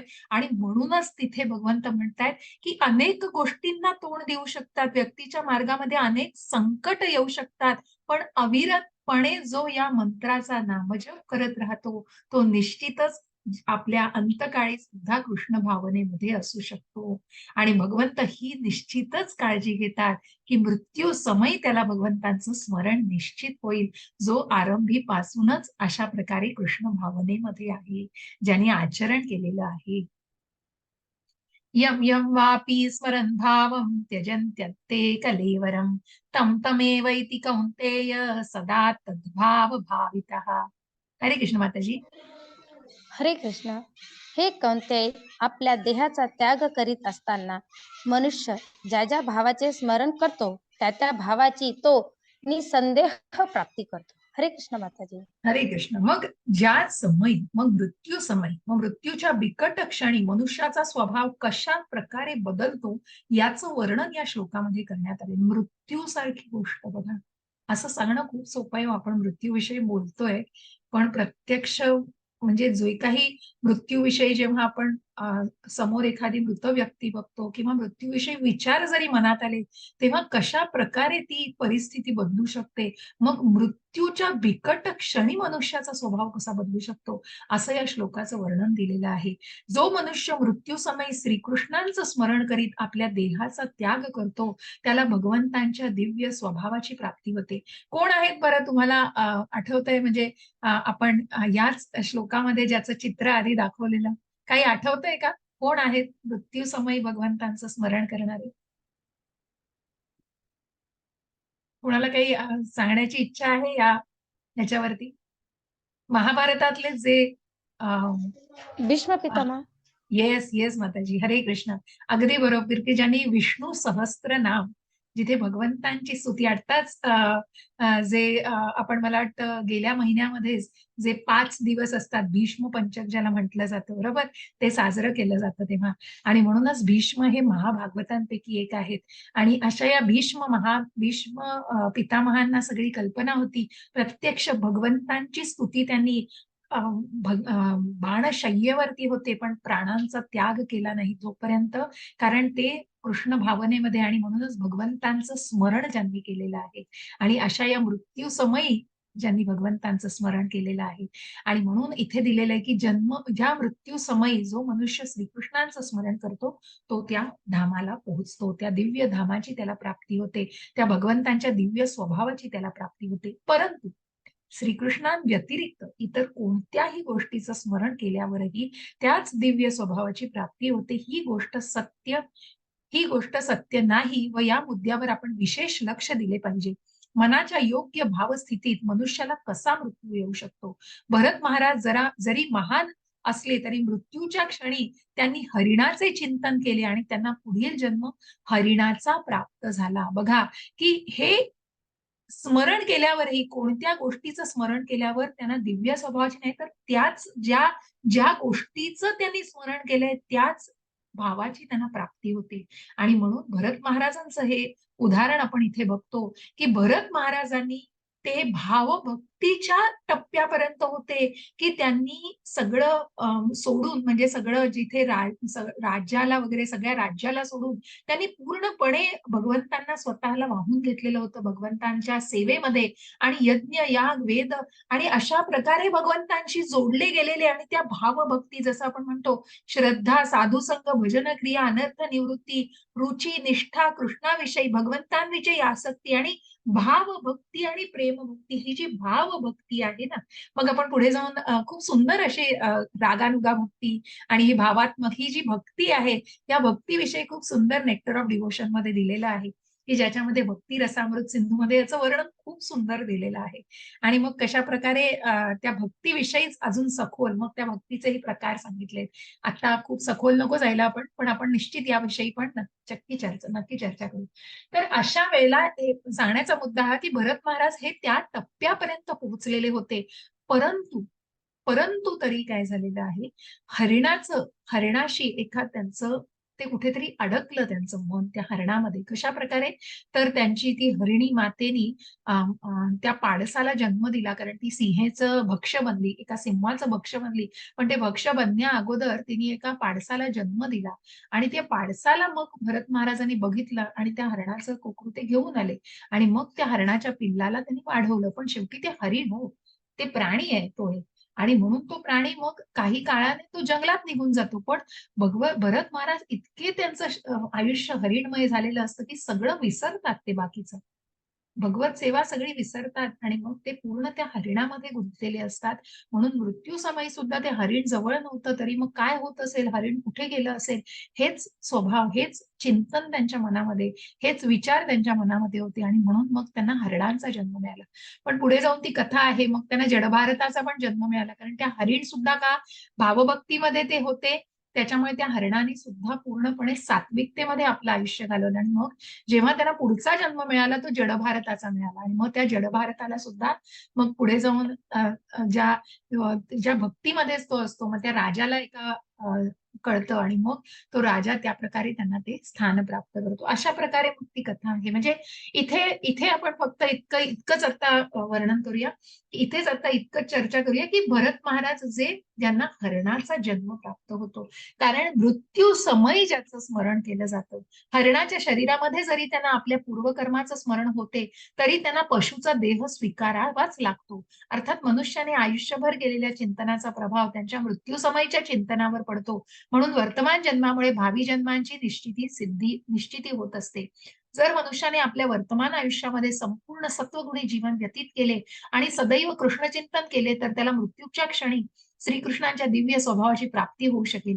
जर मनुष्य श्रीकृष्णांच्या दिव्य सेवेत तल्लीन झाला, तर त्याचा पुढील देह हा प्राकृत नसून दिव्य किंवा आध्यात्मिक असेल. म्हणून हरे कृष्ण कृष्ण कृष्ण हरे हरे, हरे राम राम राम हरे हरे, या महामंत्राचा जप हा मनुष्याचे भावी जीवन यशस्वीपणे बदलण्याचा सर्वोत्तम मार्ग आहे. हरे नम केवळ कलौ नास्ति एव गतिर अन्यथा. कारण या भांडणाच्या, या सगळ्या छल कपट, या सगळ्या जगामध्ये, या सगळ्या गोष्टींमध्ये मनुष्य अडकलेला आहे. पण त्याच्यामध्ये इतर कोणताही मार्ग नाही, तर फक्त नामस्मरणाचा मार्ग. आणि म्हणून हा हरे कृष्णाचा महामंत्र हा मनुष्याचं जीवन बदलू शकतो, आणि तो यशस्वीपणे बदलण्याचा हा सर्वोत्तम मार्ग आहे. आणि म्हणून मृत्यू समयी जर भगवंतांचं स्मरण करायचं असेल, तर आधीपासूनच ते आचरणात, ती कृष्ण भावना आचरणात आणणं हे किती महत्वाचं असतं, हे या अध्यायामध्ये आपल्याला भगवंतांनी सांगितलेलं आहे. तस्मात सर्वेषु कालेषु मामनुस्मर युध्यच मय्यर्पित मनो बुद्धिर मामे वैश्यस्य संशयः. हरे कृष्ण माताजी. हरे कृष्ण. म्हणून दिसते माताजी? हा. पाहिजे आणि त्याचबरोबर तुला आपल्या युद्धरूपी स्वधर्माचेही आचरण केले पाहिजे. तुझी कर्मे मला अर्पण केल्याने आणि तुझ्या मनाला आणि बुद्धीला माझ्या ठायी स्थिर केल्याने तुला निसंदेह माझी प्राप्ती होईल. हरे कृष्ण माताजी. हरे कृष्ण. आणि म्हणून भगवंतांनी आधीच्या अध्यायांमध्ये सांगितलंय की तुझं विहित कर्म, तू युद्ध करायलाच पाहिजे. तू एक क्षत्रिय आहेस. एक क्षत्रिय आपलं युद्ध टाळू शकत नाही. तू म्हणालास तरी तू संन्यास घेऊन तू हिमालयात जाऊन संन्यास घेतला तर तसं तू करू शकत नाहीस. कारण तू गुणकर्माने तू क्षत्रिय आहेस आणि तुझं कर्तव्य तू बजावलं पाहिजेस. तुझ्या स्वधर्माचं तू आचरण केलं पाहिजेस. आणि ती कर्म तू मला अर्पण केल्याने, निष्काम पद्धतीने केल्याने, तुझ्या मनाला आणि बुद्धीला माझ्या ठाई, ती मन, बुद्धी आणि इंद्रिय, त्याच्यापैकी इंद्रियांच्या कह्यात मन नाही गेलं पाहिजे, बुद्धी मनाच्या कह्यात नाही गेली पाहिजे, तर त्या मनाला आणि बुद्धीला, कारण त्या मनालाच मार्गदर्शन, आपण ज्या 6व्या अध्यायात म्हटलं की मनाला या मार्गदर्शन करायचं आहे. म्हणून ते भगवंतांच्या स्थायी स्थिर केल्याने तुला निस्संदेह माझी प्राप्ती होईल. हेच संकीर्तन केल्याने, नामस्मरण केल्याने निश्चितच कृष्ण लोकाची, अशा कृष्ण भावना भावित व्यक्तीला प्राप्ती होऊ शकते. अभ्यास योग युक्तेन चेतसा नान्यगामिनः परम पुरुषम दिव्यम याति पार्थानुचिंतयन्. हरे कृष्ण माताजी. हरे कृष्ण. हे पार्था, आपले मन विचलित होऊ न देता त्याला माझ्या निरंतर स्मरणामध्ये युक्त करून माझे परमपुरुषाचे जो ध्यान करतो तो निश्चितपणे माझी प्राप्ती करतो. हरे कृष्ण माताजी. हरे कृष्ण. आणि म्हणूनच मग कशा प्रकारे की या मनाला विचलित होऊ न देता, म्हणून भगवंत म्हणताय की अर्जुनाने विचारलं की हे कठीण आहे मला करणं आणि मी नाही करू शकत. मी एक वेळ वाऱ्याला पकडू शकेन पण मी मनाला आवरू नाही शकत.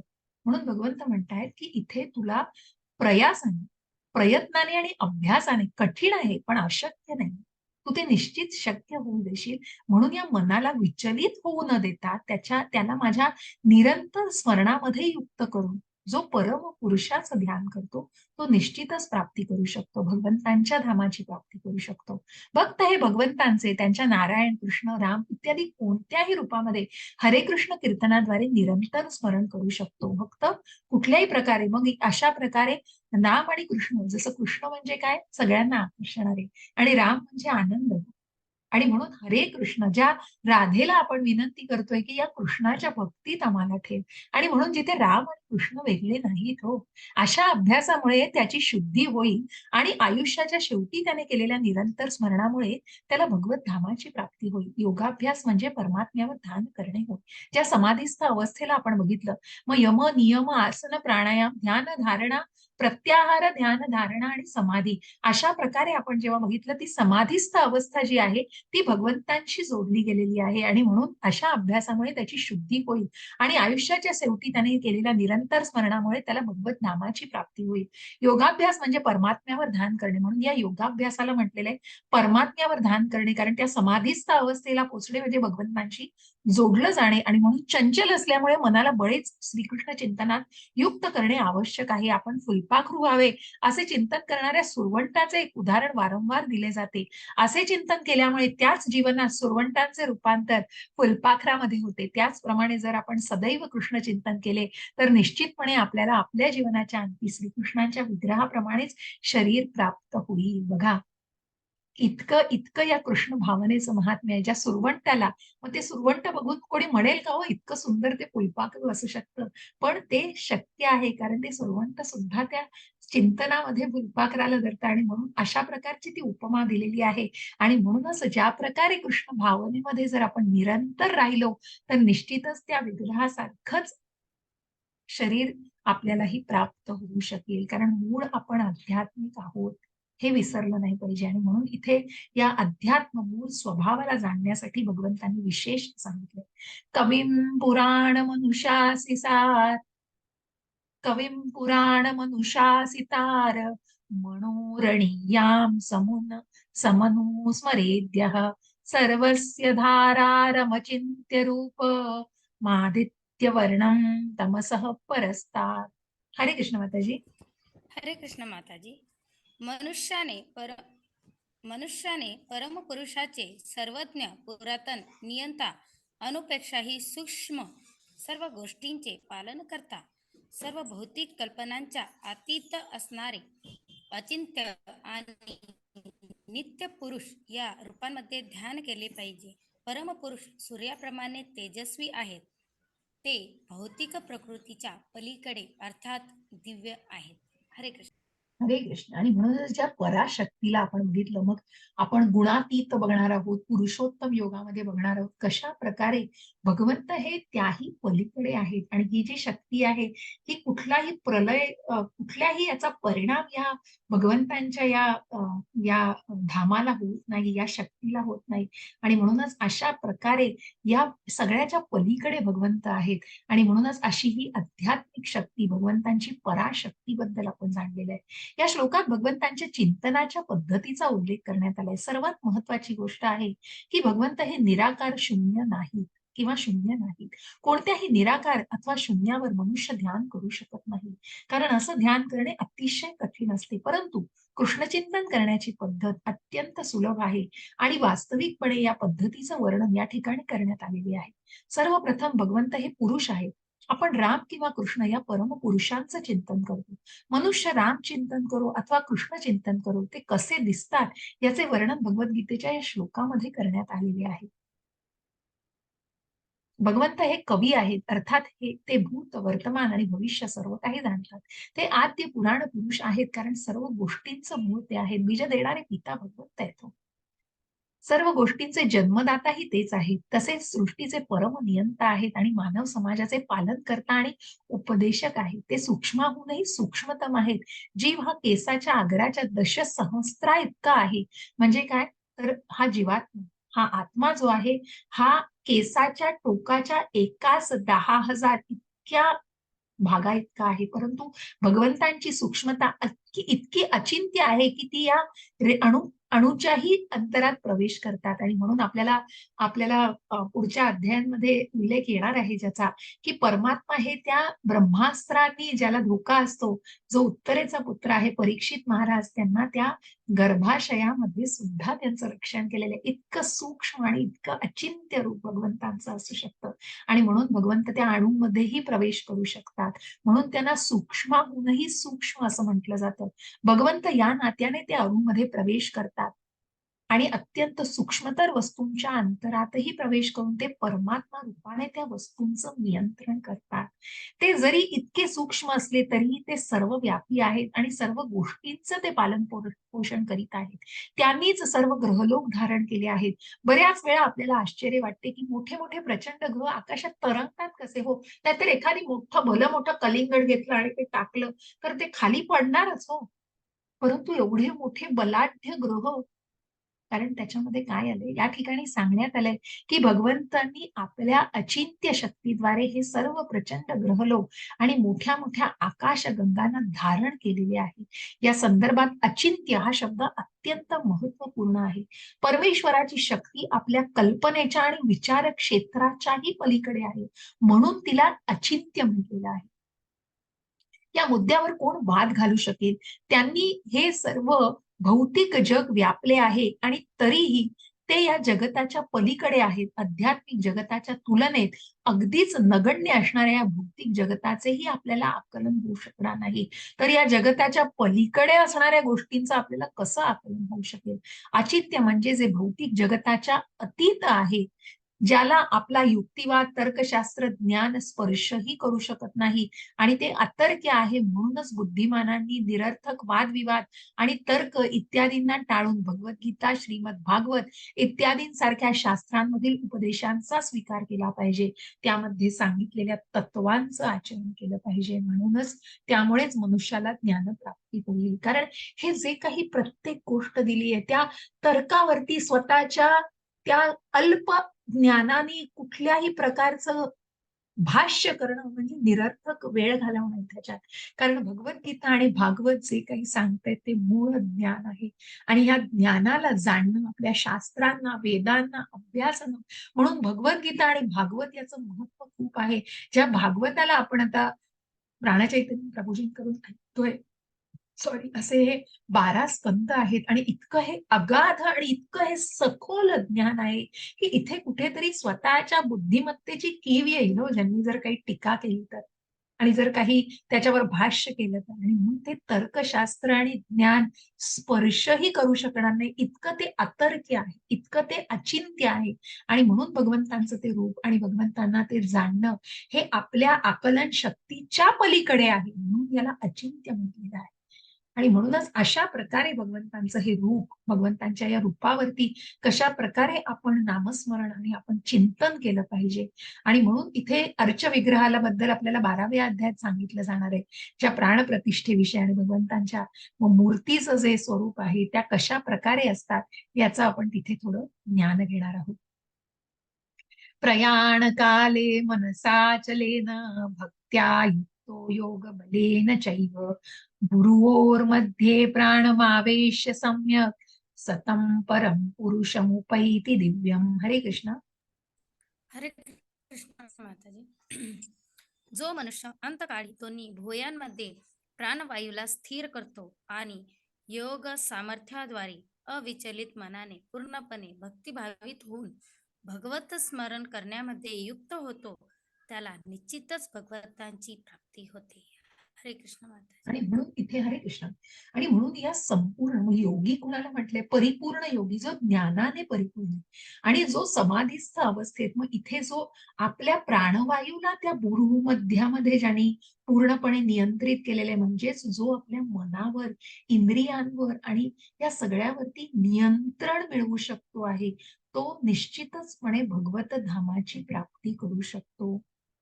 म्हणून या श्लोकात स्पष्टपणे सांगण्यात आलंय की मृत्यू समय मनाला भक्तिभावाने भगवंतांच्या ठाई एकाग्र करणे आवश्यक आहे. जे लोक योगाभ्यास करीत आहेत त्यांना प्राणवायूला, मग ज्या प्राणायाम आपण म्हणतो, प्राणायाम प्राणाचा आयाम, आणि म्हणून ज्या प्राणवायूला, ऑक्सिजन जे आपल्या शरीरामध्ये आहे ते दोन्ही भुवयांमध्ये आज्ञाचक्रामध्ये स्थिर करण्यास सांगितले.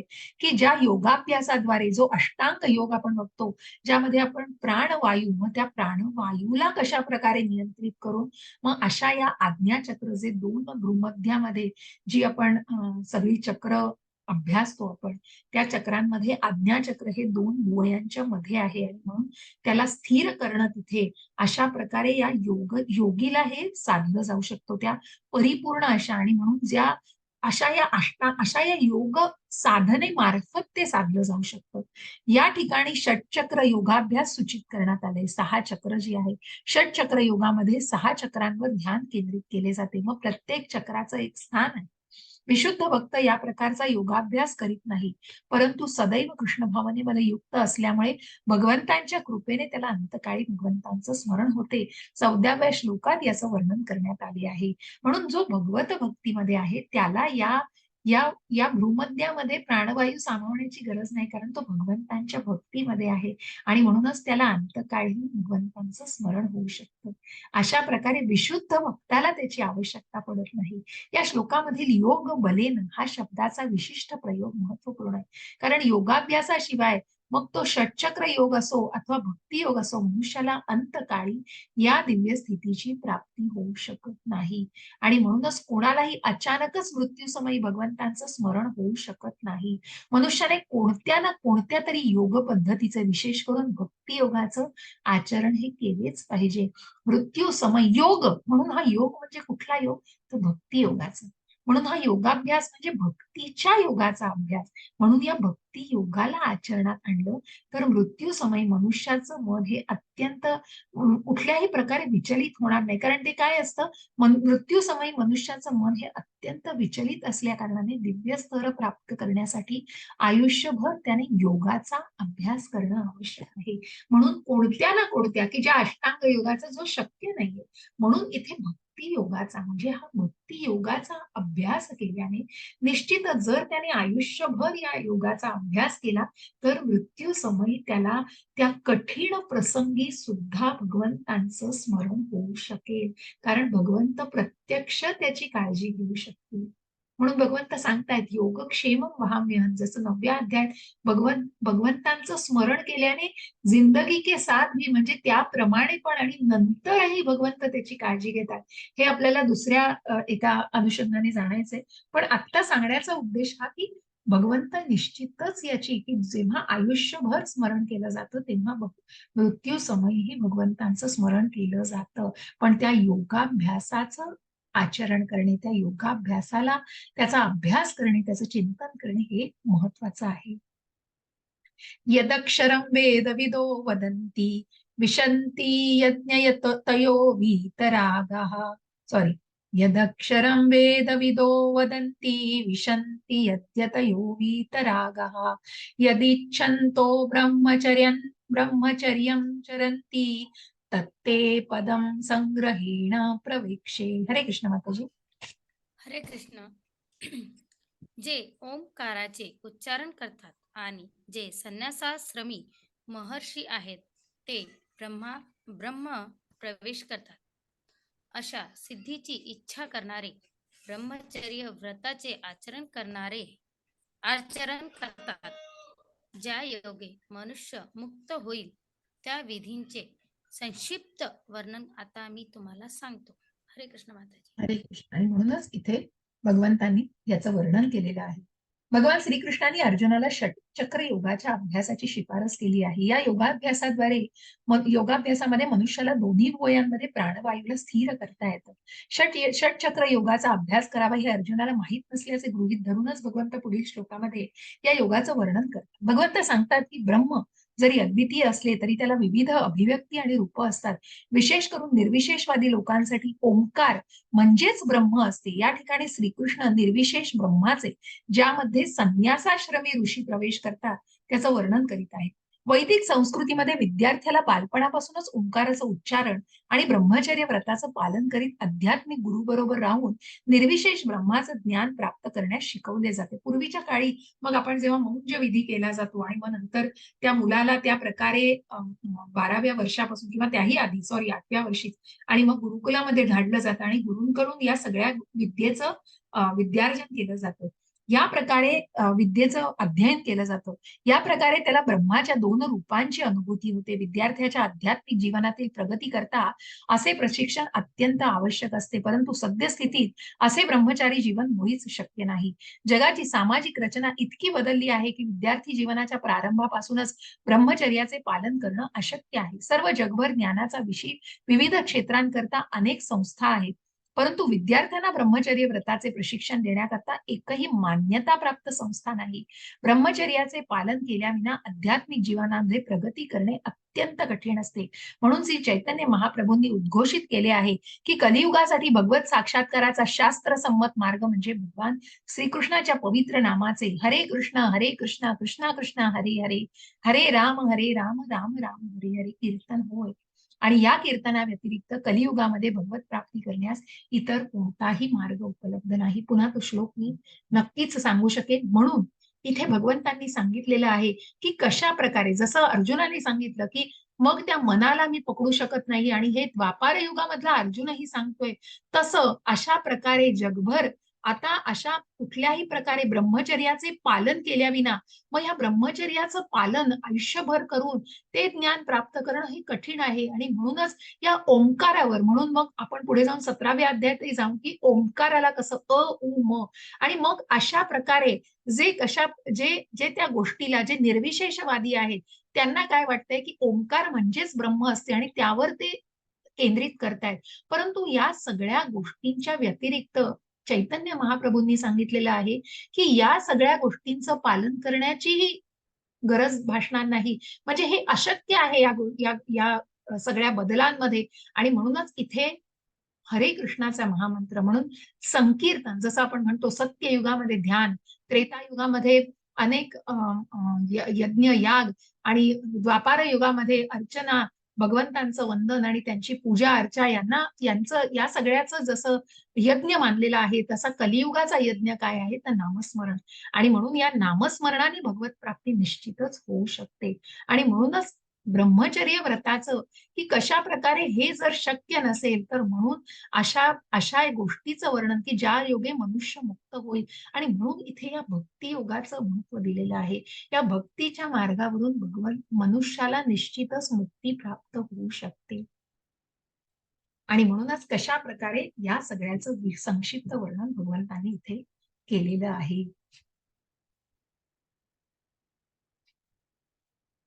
सर्वद्वाराणि संयम्य मनोवृत्ती निरुध्य च मूर्ध्याध्यायात्मनः प्राणम् अस्थितो मूर्ध्याध्यायात्मनः प्राणम् आस्थितो योगधारणाम्. हरे कृष्ण माताजी. क्षमस्व. हरे कृष्ण. सर्व इंद्रियांच्या क्रियापासून निवृत्त होणे म्हणजेच योगावस्था किंवा योगधारणा होय. इंद्रियांची सर्व द्वारे संयमित करून मनाला हृदयामध्ये आणि मस्तकात प्राणवायूला स्थित करून मनुष्य स्वतःला योगामध्ये स्थित करतो. हरे कृष्ण माताजी. हरे कृष्ण. मनुष्याला योगामध्ये स्थित करणं, मग आपण 9 द्वारांमध्ये आधीच्याही मला वाटतं अध्यायांमध्ये तिथे उल्लेख आहे की जो मनुष्य 9 द्वारांमध्ये संतुष्ट असतो. ही 9 द्वार म्हणजे 2 डोळे, 2 कान, 2 नासिका, आपली जी नाकपुडी आहेत, एक मुख, जननेंद्रिय आणि गुदद्वार. अशा प्रकारे ह्या 9 द्वारांमध्ये जो स्वतःला संयमित करतो. म्हणून या श्लोकात सांगितल्याप्रमाणे योगाभ्यास करण्याकरता मनुष्याला प्रथम सर्व इंद्रियोपभोगांची द्वारे बंद करावी लागतात. ज्या इंद्रिय विषयांमध्ये मन आहे ते बंद करायला लागतात. एक फोन मला फक्त जरा घेऊन अर्जंट आहे.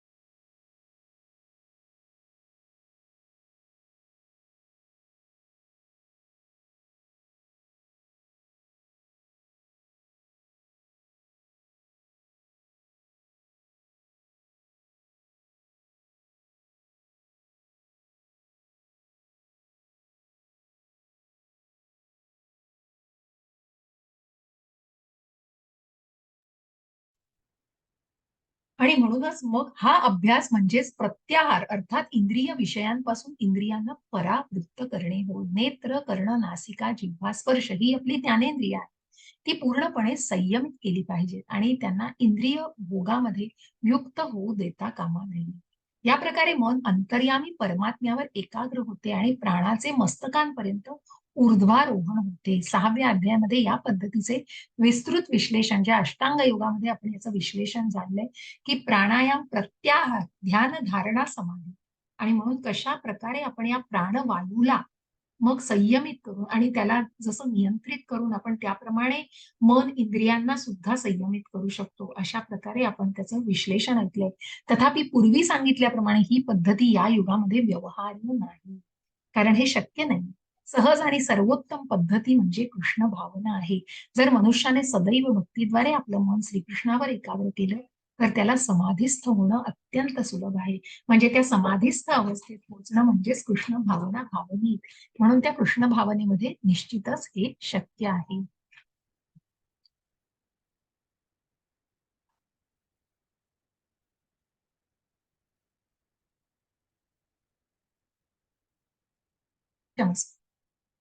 आणि म्हणूनच मग अशा प्रकारे त्या अष्टांग योगाला आपण आचरणात आणू शकत नाही, परंतु भगवत भक्ती.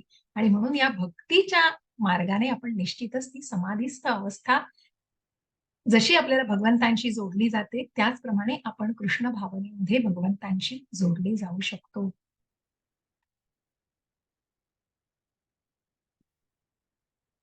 आपण अजून 2 श्लोक घेऊया आणि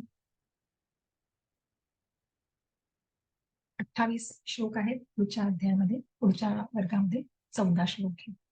ओम इत्येकारक्षरं ब्रह्म व्याहरमान मनुस्मरन् यप्रयाति त्यजन्त देहं स याति परमां गतिम्. हरे कृष्ण माताजी.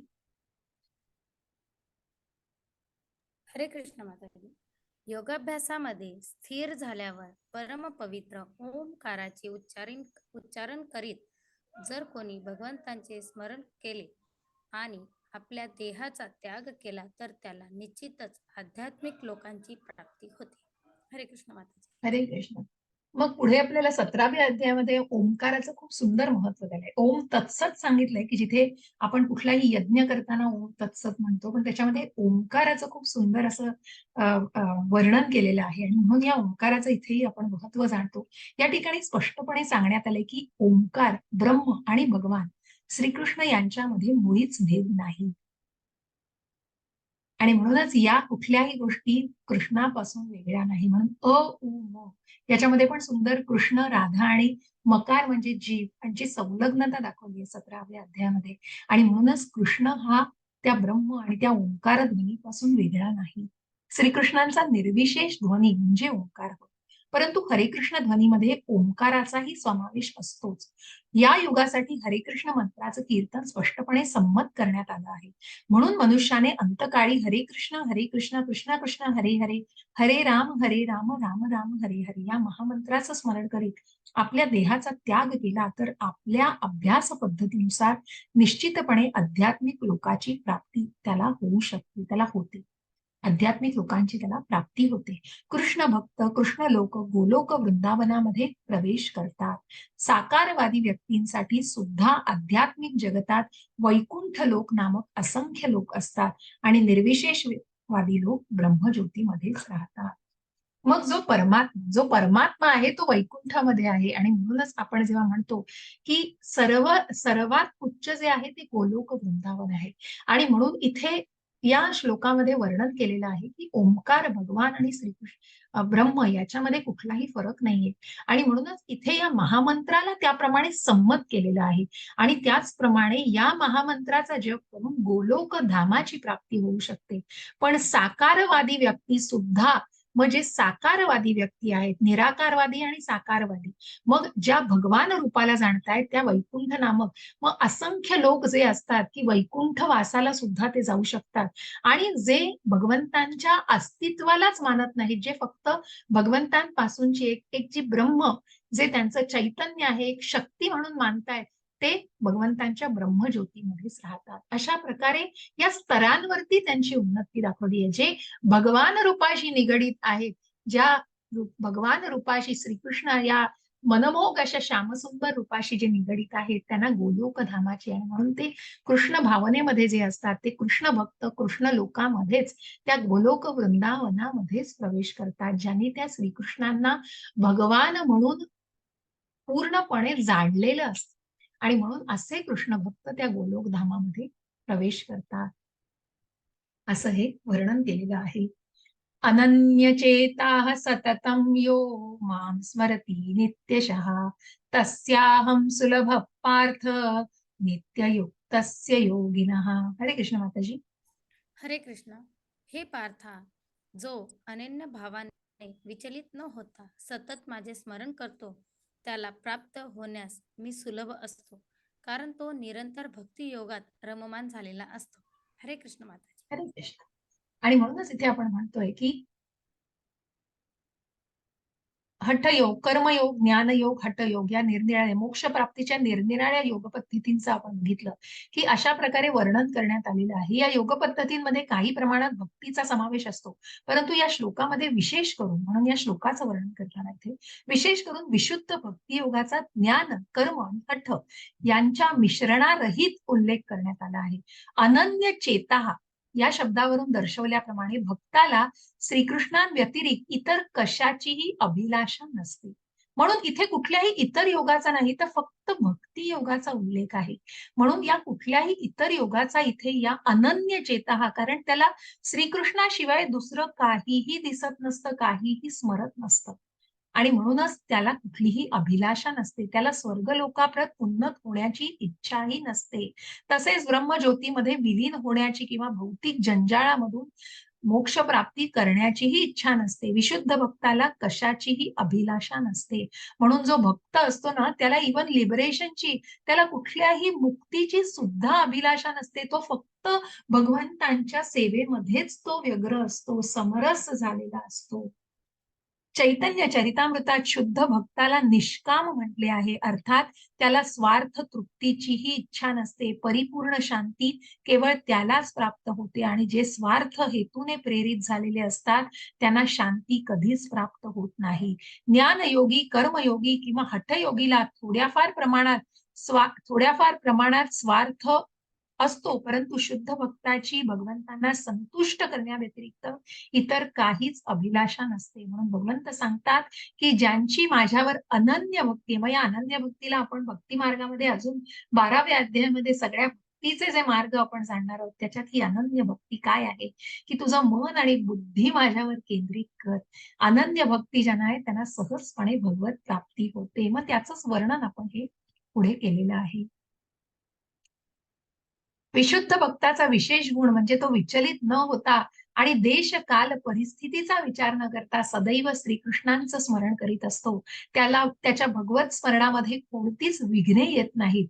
तो आपली सेवा कोणत्याही काळी आणि स्थळी करू शकतो. त्याला बंधन नसतो हो. त्याला ते बंधन वाटतच नाही. त्याला ती कुठलीही असं काय म्हणतात ना, त्याला बॉन्डिंग नसतं, त्याला ती कमिटमेंट नसते. तो ऍट इज करत असतो त्या गोष्टी. त्याला त्याच्या भगवत स्मरणामध्ये कोणतीच विघ्न येत नाही. तो आपली सेवा कोणत्याही काळी स्थळी करू शकतो. काही जण म्हणतात की भक्ताने वृंदावनवादी पवित्र तीर्थस्थळी किंवा भगवंतांच्या लीलास्थळी वास केला पाहिजे. तथापि शुद्ध भक्त हा कोठेही राहून आपल्या भक्तीद्वारे वृंदावनाच्या वातावरणाची निर्मिती करू शकतो. श्री अद्वैताचार्यांनी श्री चैतन्य महाप्रभूंना सांगितले की हे भगवन, जेथे जेथे तुम्ही आहात तेथे तेथे वृंदावन आहे. सततम आणि नित्यशः या शब्दावरून दर्शवल्याप्रमाणे शुद्ध भक्त हा सदैव कृष्ण स्मरण करीत असतो आणि श्रीकृष्णांवर ध्यान करीत असतो. ज्याला भगवंतांची अत्यंत सुलभतेने प्राप्ती होते अशा शुद्ध भक्ताचं हे विशेष गुण आहे. गीता ही भक्ती योगाच्या महत्वावर इतर कोणत्याही योगापेक्षा अधिक जोर देते. सामान्यतः भक्तियोगी 5 प्रकारची भक्ती करतात. शांत भक्त, दास्य भक्त, साख्य भक्त आणि वात्सल्य हे रस आहेत. आणि हे भक्तीचे रस की शांत रस, वात्सल्य रस, साख्य रस, दास्य रस आणि माधुर्य रस यापैकी त्याचं वर्णन बघूया आपण आता. यापैकी कोणत्याही प्रकारची भक्ती करणारा योगी असो तो अविरतपणे भगवंतांच्या दिव्य प्रेममयी सेवेमध्ये युक्त असतो आणि क्षणासाठीही तो भगवंतांना विसरू शकत नाही. यास्तव त्याला सहजपणे भगवंतांची प्राप्ती होते. एक शुद्ध भक्त क्षणभरासाठीही भगवंतांना विसरू शकत नाही आणि त्याचप्रमाणे भगवंतही आपल्या विशुद्ध भक्ताला क्षणभरासाठीही विसरू शकत नाही.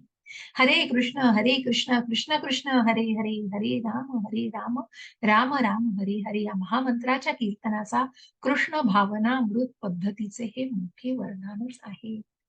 आणि म्हणूनच हे कृष्ण भावनेमध्ये जाण्यासाठी हा मार्ग आहे. म्हणून शांत, साख्य, दास्य, वात्सल्य आणि माधुर्य हे सगळे रस, मग शांत रस की जो मग ज्या प्रत्येकाचं वर्णन केलेलं आहे. मग ज्याचं उदाहरण म्हणजे गायींचं उदाहरण दिलंय, जे शांत, मग त्यांचा जो श्वासोच्छ्वास आहे तो भगवंतांच्या चरणाशी त्या बसून आहेत आणि तो श्वासोश्वास इतका इतका भगवंतांना वारा घालतोय जणू काही आणि शांत पद्धतीने न्यूट्रल भाव येतो, पण तो भगवंतांशी जोडला गेलेला आहे. त्याप्रमाणे साख्य रस आहे जो अर्जुनाचं उदाहरण दिलं जातं, भगवंतांचा सखा आहे. दास्य जे त्रेतायुगामध्ये प्रभू रामचंद्रांचे दास हनुमंत, दास म्हटलं की हनुमंतांचा चेहराच डोळ्यासमोर, हनुमंतच समोर येतात. आणि त्याप्रमाणे वात्सल्य म्हणजे यशोदा माता ज्यांनी भगवंतांच्या बाललीला सगळ्या बघितलेल्या आहेत. आणि मग माधुर्य रस जे राधाकृष्णांचं माधुर्य आणि जे आपण बघतो वृंदावनामध्ये ज्या लीला आहेत त्या आपल्या आकलन शक्तीच्या चैतन्य चरितामृतामध्ये, चैतन्य शिक्षामृतामध्ये खूप सुंदर वर्णन आहे त्याचं. मग त्या माधुर्याला इतक्या इतक्या इतक्या सुंदर शब्दामध्ये त्याचं वर्णन केलेलं आहे की आपल्या आकलन शक्तीच्याही पलीकडे आहे हो ते. इतकं ते मग श्यामकुंड, राधाकुंड आणि कशा प्रकारे राधेचं तत्व आणि म्हणून प्रत्यक्ष श्रीकृष्णांनी चैतन्य महाप्रभूंचा अवतार घेतला कारण त्या राधेचं तत्व, त्या राधेचं प्रेम किती आहे हे श्रीकृष्ण स्वतःही जाणू नाही शकलेत. म्हणून त्या राधेला जाणण्यासाठी त्यांनी त्या राधाच्या भावामध्ये श्रीकृष्णांचा जन्म असा तो चैतन्य महाप्रभूंचा जन्म आहे. अशा प्रकारे प्रत्यक्ष कृष्णालाही राधा कळली. म्हणून राधा आणि कृष्ण वेगळे नाहीच, एकच आहे. ती आंतरिक शक्ती आहे भगवंतांची. आणि म्हणूनच अशा प्रकारे या संकीर्तनामध्ये खूप मोठं सामर्थ्य आहे आणि हे या कलियुगाला मोठं वरदानच आहे. यामार्फत आपण निश्चितच भगवंतांशी जोडले. हा योगाभ्यास, हा भक्ती योगाचा मार्ग आपण अत्यंत सुलभपणे अवलंबू शकतो. या संकीर्तनामार्फत आपण निश्चितच भगवंतांशी जोडले जाऊ शकतो. तर आपण इथे थांबूया आज. 6:15 होऊन गेलेत आणि पुढचे 14 श्लोक आपण 28 श्लोक आहेत या अध्यायात. पुढचे 14 श्लोक आपण नंतर घेऊया. मी शेअरिंग थांबवते. मला वाटतं किरण प्रभूजी आहेत आणि ओके सुनील प्रभूजींनी लिंक केलंय, हरकत नाही. तर कुणाला काही प्रश्न आहेत का? कुणाला काही सांगायचंय? मी रेकॉर्डिंग थांबवते. कोणाला काही शंका, काही टीका